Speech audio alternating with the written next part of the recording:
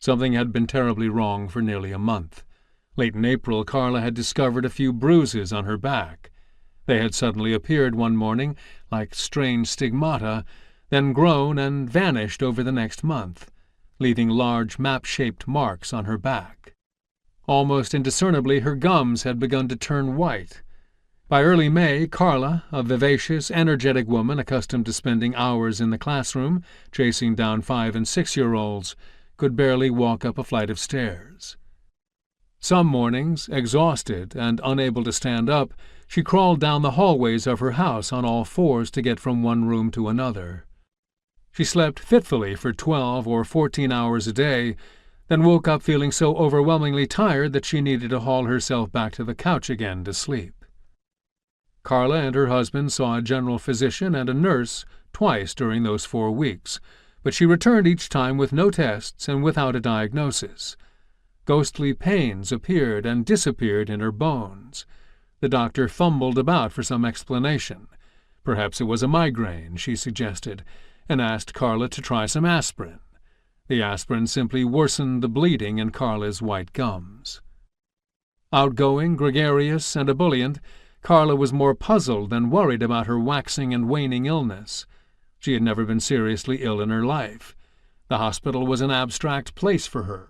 She had never met or consulted a medical specialist, let alone an oncologist.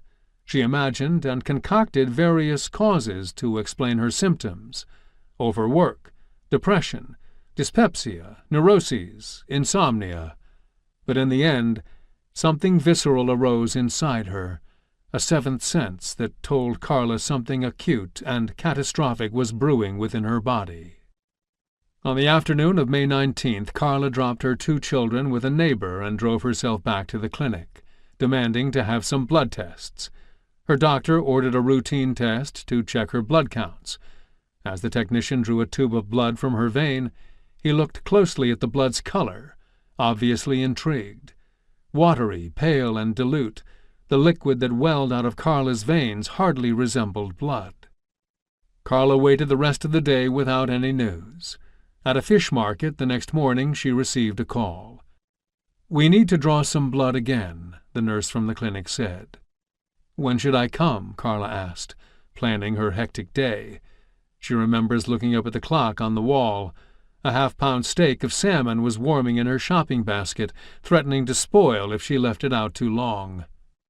In the end, commonplace particulars make up Carla's memories of illness: the clock, the carpool, the children, a tube of pale blood, a mist shower, the fish in the sun, the tightening tone of a voice on the phone. Carla cannot recall much of what the nurse said, only a general sense of urgency.